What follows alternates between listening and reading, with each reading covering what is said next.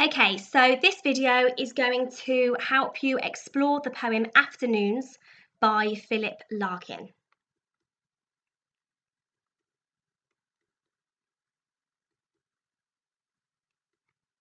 So we always start with a thorough reading of the poem. So in order to read the poem, you will need to have this poem in front of you from your green poetry anthology.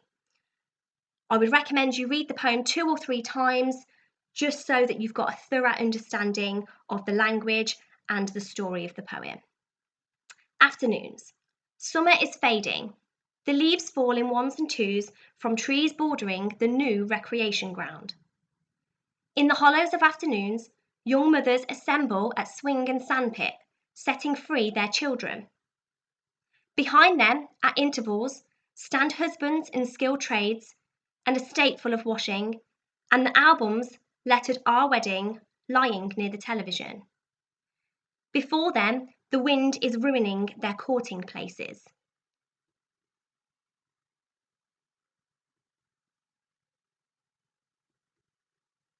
That are still courting places, but the lovers are all in school.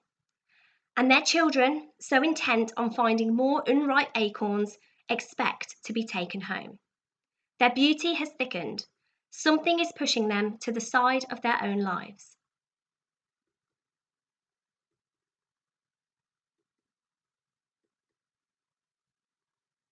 Okay, so before we move on to step 2, we strongly recommend that on your version of your poem, so in your poetry anthology or a printed copy if you have got one separate to the anthology, you need to draw 3 boxes with a ruler, just like you can see on the video, and title the boxes Summary, Context, Structure and Form. That will help with your note making and it will help for revision purposes nearer to the exam. So step 2, we're going to explore some key context that affects our reading of the poem.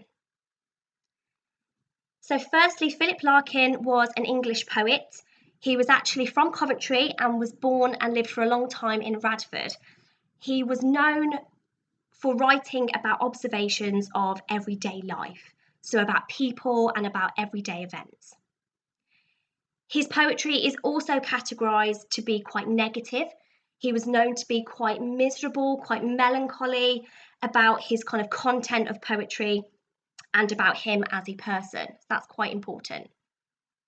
He also explores issues such as gender stereotypes, which we'll see in the poem, and the expectations of people within society. Finally, as well, Philip Larkin never married in his lifetime, which is quite key for our understanding of this poem. So do remember to pause the video to continue making your notes, go at your own pace, and we're going to move on to the next part of our analysis.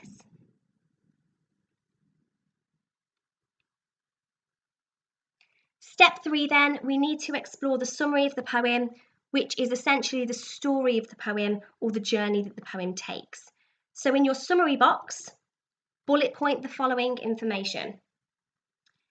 So Afternoons is a melancholic poem, so that means it's quite a sad poem, that explores the inevitability of change and the passing of youth. And that basically means that change is going to happen, whether we like it or not. He explores the challenges of growing up, having children, and losing your own identity. The poem discusses the true nature of parenthood, how your priorities change, and how you gain further responsibilities. So naturally, with getting married, with having children, your priorities change in life. The couple in the poem explored feel resentful that younger couples have taken over their old courting places. So that's basically the places where they met. Remember to pause the video and make sure you've got those notes down.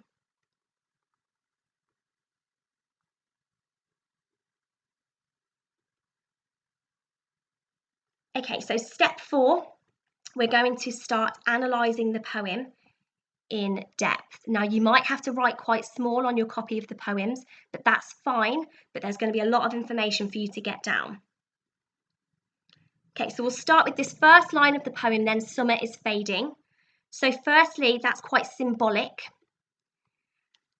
And Larkin uses the term fading to symbolise the mother's loss of youth.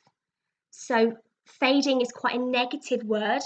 It creates the image that something is kind of going away in the distance. So naturally, that starts the poem on quite a negative. It shows the loss of a beautiful, life-giving season, which is summer.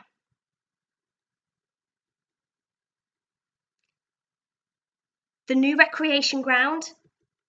The adjective new creates a tone of resentment. What she once knew has been replaced with something new. So that focus on that word new there really emphasises the change.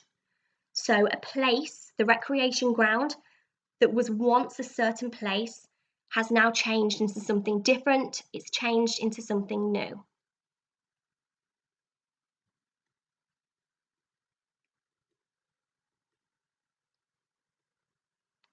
In the hollows of afternoons.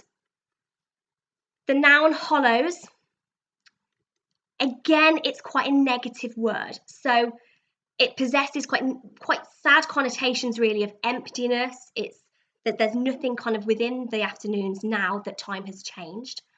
Larkin begins to explore that the women are almost trapped in a sense of routine, that life has now become quite regimented and quite predictable. So that image there is quite important. Afternoons for a child are very different to the afternoons of an adult where their responsibilities take priority. And then we've got this image of young mothers setting free their children. So the imagery there is quite animalistic. That phrase setting free almost makes the children seem like animals being unleashed. They're being let go. They're kind of desperate to run off. And that highlights how mothers always feel responsible for their children. If they don't keep them kind of contained, then it's like the children are in danger. They're going to go off and do their own thing. So once again, the mothers have lost their own sense of identity and their own freedom. And that sense of freedom there, the children being so free, does compare quite drastically to this restriction of motherhood, to restriction of mothers. So you've got that nice juxtaposition there as well. Do remember to pause the video to make notes.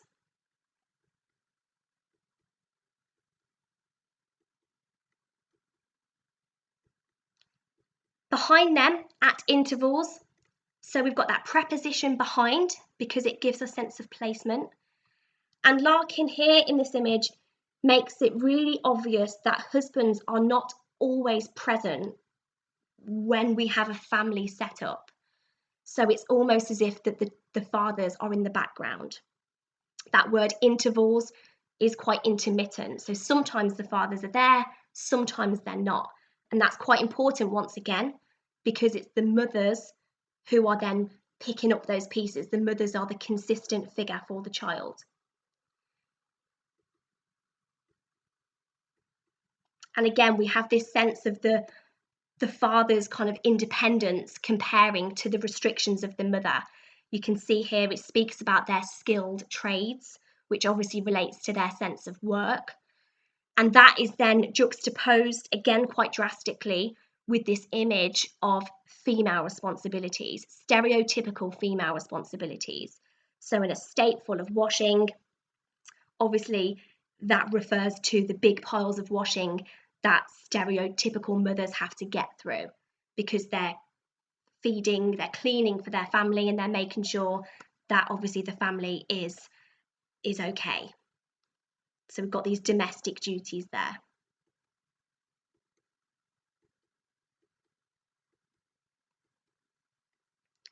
And then we move on to the image of the wedding album. And it's talking about the album titled Our Wedding. So we've got the determiner there, our, and that adds emphasis to the fact that they made the decision to get married and they made this commitment to be equal. So our wedding, that's a very joint decision that they made. That's a joint event that they participated in, that they enjoyed. However, again, we see the comparison now because it's the mother who is responsible for the children. So that hour has dwindled. And this image of the wedding album is described to be lying near the television. So if you think about a wedding album, it's something that people cherish, it's something that is quite precious, something they're quite proud of. And instead, we have the image of it just being cast aside next to a really mundane, everyday object, such as the television. So that symbolically represents their marriage. Something they were once very proud of has just been cast aside because naturally they have other responsibilities, and because, as we saw before, the stereotypical roles of men and women have overtaken.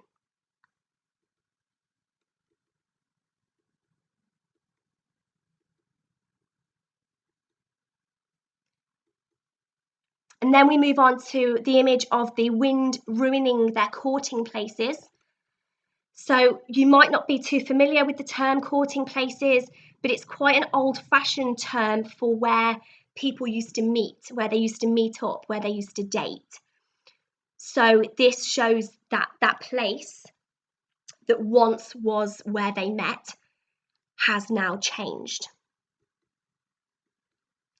Because that second part there talks about the fact that the lovers are all in school. So the place has remained the same, but the people are different.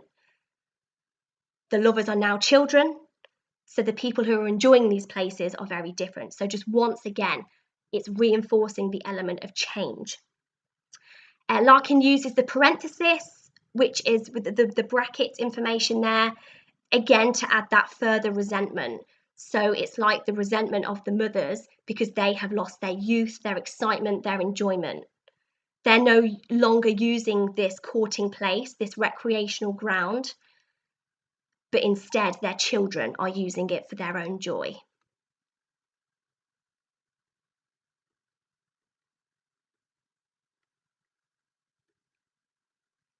And then finally then, we have the image of the children so intent on finding more unripe acorns. So this concluding image really highlights the innocence and naivety of children. They are so intent on finding unripe acorns. Their purpose, their excitement is about finding these little elements of nature, once again highlighting the difference in priorities between children and adults. And they expect to be taken home. So that verb expect once again shows how demanding children are. Not intentionally, they expect to be because they have no alternative, because they are dependents. So it shows that mothers are necessary, they are required for the upbringing of a child, but it also suggests that mothers are sometimes taken for granted.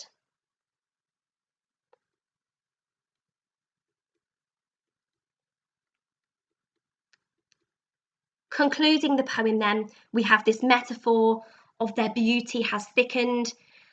So that image summarises the change that occurs as you grow up. So the weight of the responsibility has had a negative impact on their appearance.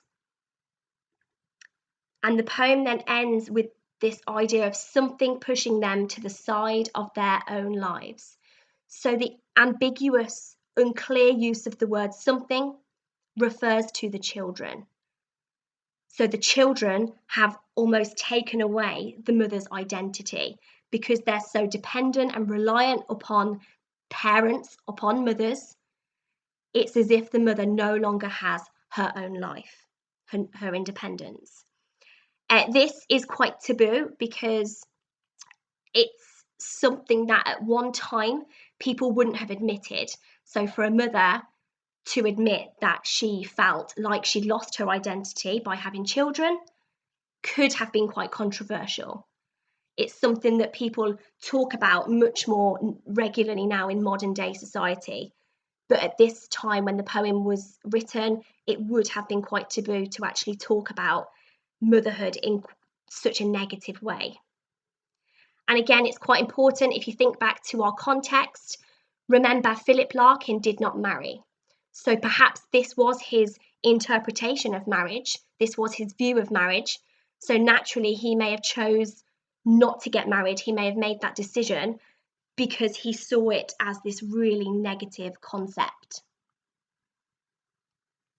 So pause the video, go back if you need to make notes on the poem, try and get your terminology in there as well. And obviously, if you have any of your own ideas, your own analysis, do go back and add those to specific quotations as well.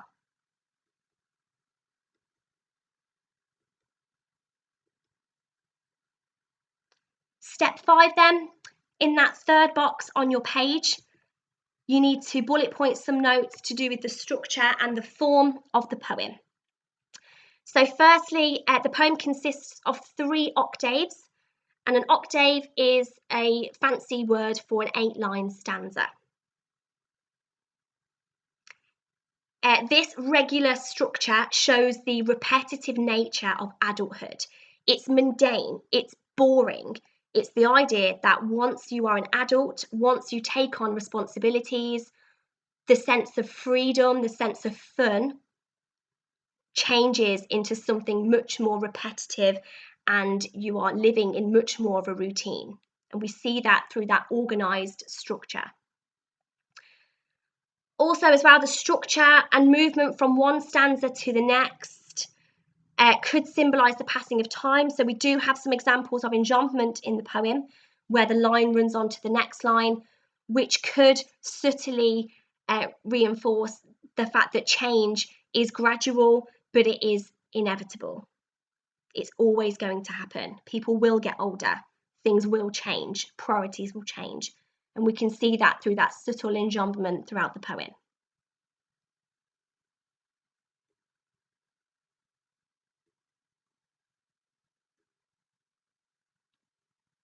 Okay, so that concludes the analysis of Afternoons by Philip Larkin.